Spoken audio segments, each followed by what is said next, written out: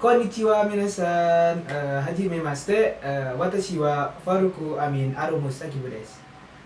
Faruk to yonde kudasai. Ima wa Windaigoku no Ichinensei desu. Halo teman-teman, perkenalkan nama aku Faruk Amin Amusakib, biasa dipanggil Faruk. Aku mahasiswa semester 1 Unsri Hidayatullah Jakarta. Nah, aku dari Fakultas Adab dan Humaniora, Prodi Bahasa dan Sastra Arab.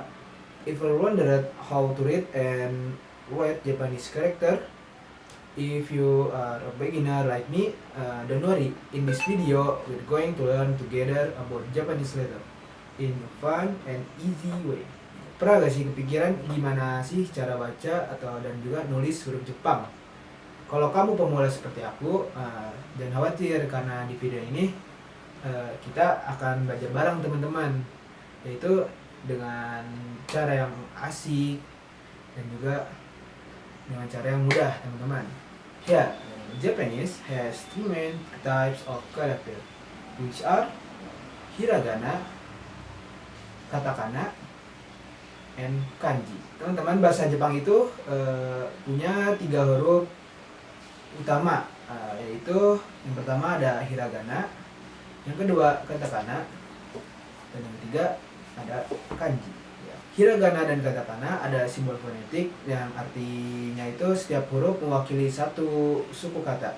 Nah, ketiga huruf ini sering muncul dalam satu kalimat sesuai fungsinya masing-masing. Selain itu ada juga yang namanya furigana dan juga romaji yang membantu kita membaca huruf Jepang. Yuk teman-teman, kita pelajari satu persatu ya. Ya, pembahasan yang pertama yaitu kita bahas dari hiragana dulu teman-teman. Ya, hiragana ini coretan hurufnya itu melengkung-melengkung. Makanya dulu sering dikaitkan dengan tulisan perempuan. Nah, langsung dan juga fungsi utama dari hiragana ini itu digunakan untuk menulis kosakata asli bahasa Jepang dan juga seperti juga contohnya ini konnichiwa yang artinya itu halo, dan juga ada ganbatte, nah yang artinya semangat ya. Dan juga hiragana ini fungsinya untuk menulis nama orang Jepang asli. Nah, seperti contohnya itu ini teman, Hikaru ya. Dan juga hiragana ini digunakan untuk menulis partikel dalam kalimat, misalnya wa, wo, dan ni. Contohnya itu seperti wa dalam watashi wa Faruku desu. Nah, wa-nya ini itu hiragana teman-teman. Dan juga hiragana ini digunakan untuk menulis furigana, yaitu cara baca kanji yang ada di atasnya itu teman-teman. Kalian kalau pernah lihat di huruf kanji itu di atasnya suka ada huruf Jepang itu, nah itu furigana, itu huruf hiragana kecil untuk mempermudah membaca kanji ya. Dan juga hiragana ini digunakan untuk menulis furigana, yaitu tambahan hiragana yang ada setelah kanji untuk melengkapi kata kerja atau kata sifat. How about it? You're getting more familiar with hiragana, right? Now let's move on to the next set of character. Gimana teman-teman? Udah makin kenal kan sama yang namanya hiragana? Kalau sudah, sekarang kita lanjut ke huruf berikutnya. Oke, pembahasan yang kedua yaitu katakana. Ya, katakana ini tulisan coretannya itu dia itu bentukannya itu tajam dan tegas. Nah, fungsi utama dari katakana digunakan untuk menulis kosakata serapan dari bahasa asing. Contohnya seperti rumah atau phone. Nah, semua teman ini artinya smartphone. Dan juga ada aisu kurimu. Nah, aisu kurimu itu adalah artinya ice cream. Nah, katakana juga sering digunakan untuk menulis nama orang asing. Contohnya seperti nama aku kan Faruk. Nah, kalau dikejepangkan itu menjadi Faruku. Ya, ntar ada seperti ini teman-teman. Sekarang kita lanjut ke huruf yang paling unik, yaitu kanji. Oke teman-teman, kita lanjut ke pembahasan yang ketiga ya, yaitu kanji. Teman-teman, jangan bilang huruf kanji ya, karena ji dalam kanji ini itu artinya huruf. Oh ya teman-teman, kanji ini berasal dari huruf asli Cina. Nah, cuman kalau di Cina itu jumlahnya banyak banget teman-teman. Tapi kalau di Jepang itu jauh lebih sedikit kok jumlahnya. Jadi teman-teman nggak usah khawatir buat belajar bahasa Jepang ini teman-teman. Juga fungsi utama dari kanji ini sama seperti hiragana, tapi lebih efisien karena satu karakter bisa mewakili satu kata atau konsep teman-teman. Jadi supaya lebih gampang dibaca, kadang di atas kanji itu ada furigana teman-teman, yaitu huruf hiragana kecil sebagai petunjuk cara baca. Mungkin habis ini kita ada tambahan satu huruf lagi ya teman-teman. Meskipun bukan bagian dari sistem huruf Jepang, ini huruf ini tuh sering digunakan untuk membantu membaca bahasa Jepang menggunakan alfabet Latin. Oke teman-teman, nah yang tambahan ini itu namanya romaji. Ya, romaji ini biasanya digunakan untuk menggunakan singkatan seperti contohnya NHK atau Nippon Hoso Kyukai, itu saluran TV Jepang, dan juga JR atau singkatan dari Japan Railways. Nah, tapi ingat teman-teman, romaji ini dibaca dengan spelling bahasa Inggris, bukan menggunakan spelling bahasa Indonesia. Kalau di Indonesia kita A B C D, tapi kita menggunakan spelling bahasa Inggris yaitu A B C D. Nah, sekarang kita kan sudah mengenal semua sistem tulisan dalam bahasa Jepang, mulai dari hiragana, katakana, kanji hingga romaji. Nah, tapi ada beberapa aturan khusus dalam pengucapan dan penulisan huruf-huruf Jepang yang perlu kita pahami supaya enggak salah baca dan makin lancar. Yuk kita bahas aturan-aturannya.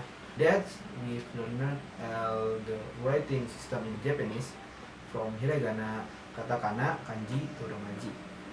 There are a few special rules for pronunciation and writing that we need to understand to avoid misreading and improve fluency. Okay, let's dive into these rules. Oke, sekarang kita bahas yaitu aturan khusus dalam bahasa Jepang. Yang pertama, di Jepang itu tidak ada huruf mati ya teman-teman. Ya, tidak seperti bahasa Indonesia, jadi Jepang ini nggak punya huruf mati. Nah, satu-satunya huruf mati yang ada hanyalah N. Sisanya berbasis vokal A, I, U, E, O atau suku kata seperti kakiku keko, sa, shi, su, se, so. Nah, seperti itu teman-teman. Ya. Dan juga aturan yang kedua, itu apabila ada tanda tenteng, itu tanda tenteng ini misalkan seperti di K, terus ada tanda tentengnya, itu bisa jadi dibaca ga. Tanda tenteng itu itu seperti apa ya teman-teman? Tanda kutip bisa jadi. Nah, yang bisa merubah bunyi dari contohnya itu seperti K menjadi G, S menjadi Z, T menjadi D, dan juga H menjadi B. Seperti contohnya K apabila kemasukan tanda tenteng itu menjadi Ga, dan juga Sa kalau kemasukan tanda tenteng itu menjadi Za, dan juga Ta teman-teman apabila kemasukan tanda tenteng itu menjadi Da, dan terakhir H juga nih apabila kemasukan tanda tenteng itu dibaca menjadi Ba. Oke, aturan yang ketiga itu di Jepang ada nama itu tanda maru. Nah, itu bulatan kecil teman-teman. Nah, yang ada di kolom H dan dapat mengubahnya menjadi bunyinya itu P, seperti H. Nah, apabila masukkan tanda maru itu dibacanya jadi lain lagi teman-teman, tapi yang awal H dibaca itu menjadi Pa. Dan juga Hi apabila kemasukan tanda maru itu bunyinya jadi berbeda lagi teman-teman. Nah, harusnya Hi masukkan tanda maru menjadi Pi. Oke, aturan yang keempat teman-teman, itu di Jepang itu ada huruf kecil yayuyo, yaitu yayuyo ini bunyi kombinasi. Nah, kalau yayuyo ditulis kecil setelah huruf bunyi i, maka bunyinya berubah menjadi kombinasi. Seperti contohnya kia, kyu, kyo, dan juga sa, su, sho. Coba tulis lagi kombinasi ini di dalam komentar ya teman-teman. Oke, aturan yang kelima itu huruf su kecil. Nah ini huruf su ini digunakan untuk penekanan bunyi, yang dimana huruf su kecil ini bikin huruf setelahnya itu dibaca lebih tegas, seperti misalnya kakoi, ini jadi bukan katsukoi ya. Mungkin seperti itu teman-teman. Ya, aturan yang keenam teman-teman yaitu huruf U. Ya, huruf U ini digunakan untuk memanjangkan bunyi. Kadang juga U nggak dibaca, tapi fungsinya untuk memanjangkan huruf sebelumnya. Contohnya seperti iko, dibacanya iko, bukan iko tapi ya teman-teman. Jadi iko, nah jadi dipanjangkan teman-teman. Nah jadi gimana teman-teman, kalian udah makin paham kan tentang huruf Jepang? Nah sekarang kita coba baca bersama-sama huruf hiragana dan katakananya ya full. Jadi huruf hiragana ya teman-teman, gambar ini aku akan tampilin dari website NSK Word yang lengkap banget.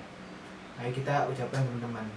Sekarang kita masuk ke tes baca huruf Jepang ya teman-teman. Aku bakal tunjukin beberapa kosakata. Nah coba kalian ntar bisa tebak ya, ini baca apa, ini baca apa. Setelah 5 detik kan harus sebutin ya jawabannya. Langsung aja, yuk kita mulai. Oke, yang ini dibaca apa teman-teman? 2, 3, 4, 5. Dibaca apa coba teman-teman? Coba sebutin. Ya betul, ini dibaca sakura. Ya, artinya itu bunga sakura. Ya, yang kedua ini dibaca apa teman-teman? Kalau yang ini 1, 2, 3, 4, 5. Coba apa dibaca apa ini teman-teman? Ya betul, tomodachi. Ya, artinya itu tomodachi ini adalah teman. Yang ketiga teman-teman, kalau ini nih dibaca apa teman-teman? 1, 2, 3, 4, 5. Ya betul, asagohan. Asagohan ini artinya adalah sarapan pagi. Oke, yang kelima ini baca apa teman-teman? 1, 2, 3, 4, 5. Ya betul sekali teman-teman, ini dibacanya neko, artinya itu kucing. Oke, kita soal yang ke-6 teman-teman. Kita lanjut, aku akan tes, kalian katakan ya. Nah ini dibaca apa teman-teman? 1, 2, 3, 4, 5. Apa coba jawabannya teman-teman? Ya betul, ini adalah bacanya terebi atau artinya itu televisi. Hore, we have successfully learned the basic of Japanese character. Yatta, kita berhasil belajar dasar-dasar huruf Jepang teman-teman, dari hiragana, katakana, hingga kanji. Nah sekarang kita udah paham fungsi dan aturannya. Walaupun awal kelihatan susah, kalau kita latihan terus pasti lama-lama bakal terbiasa kok. Nah sedikit aku ada tips biar makin lancar belajar huruf Jepang. Ini teman-teman boleh dicatat ya, atau di screenshot juga boleh. Oke, sebelum ditutup, aku ada tips buat teman-teman biar makin lancar cara belajarnya. Oke, tips yang pertama, teman-teman bisa latihan menulis setiap hari. Coba tulis 5-10 karakter per hari biar hafal juga bentuknya dan juga cara pelafalannya. Dan juga diulang-ulang terus. Terus yang tips kedua, saya gunakan flashcard. Nah, jadi teman-teman bikin kartu hafalan atau pakai aplikasi belajar biar lebih interaktif. Kan makin berkembangnya zaman makin banyak juga nih aplikasi belajar, contohnya seperti Duolingo atau YouTube juga kan, di YouTube banyak nih. Nah yang ketiga, Teman-teman juga bisa dengan menonton anime atau baca manga sambil menikmati cerita dari anime atau manga. Kamu juga bisa mengenali huruf dan kata-kata baru.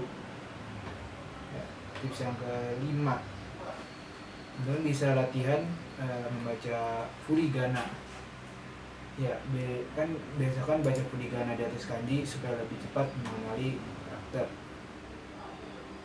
Jadi buat kalian yang pengen belajar bahasa Jepang lebih dalam atau yang baru mulai belajar, jangan takut ya. Reflecting next perfect. Oke. Kalau kalian ada pertanyaan atau mau lanjut belajar bareng, tulis di kolom komentar ya, dan jangan lupa like dan share dan subscribe biar nggak ketinggalan pembahasan seru berikutnya. Mata nih, sampai jumpa di video selanjutnya.